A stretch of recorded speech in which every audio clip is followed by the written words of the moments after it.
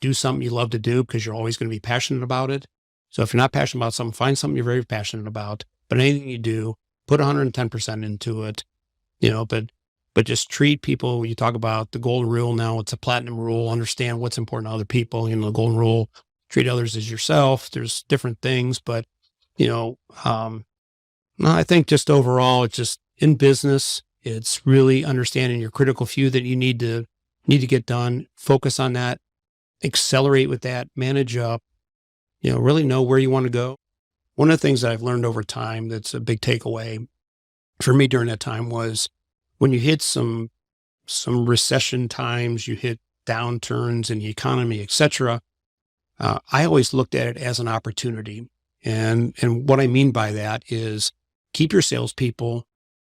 I know it's a hit on the P&L, look at other costs, et cetera, but keep your sales force intact. Go out and look at it as an opportunity where I had a lot of my competitors were doing reduction in forces, et cetera. They cut their sales staff big time. Yeah. We were able to go after those customers that weren't seeing and knew they lost their good people. If they're word, I was hiring competitive, people, if they were good people that I knew that somebody said, yeah, we need to go after this person. So it was a time that I looked at as, we know we're going to come out of it eventually.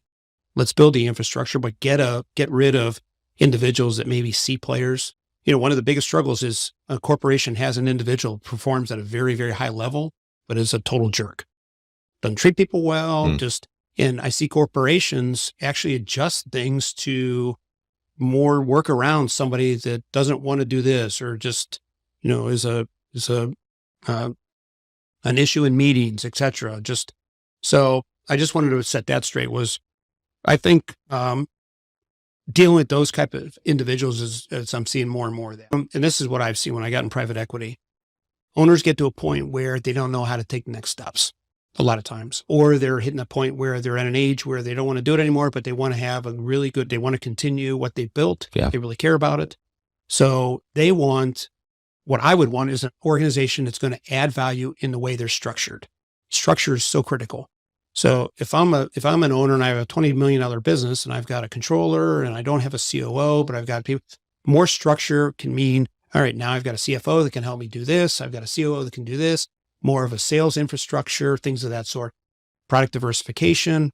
The things that I look at when I look at a business is I want a business that isn't really, they don't do different things. They're kind of doing the same things in an area where you can get more product diversification, add to more wallet share within the companies. My first question that when I sit down at a table is, what is the most important thing we need to talk about today?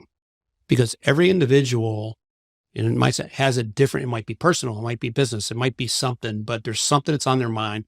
Either they're losing sleep over, they're anxious about, there's something. So I'll phrase it that way. Maybe that doesn't answer your question, but I put it in a different realm. I think as a leader, understanding where and what is the most critical. So what's really on your mind? It's the biggest weight that I can help with. It's the biggest thing that I can do to help an individual.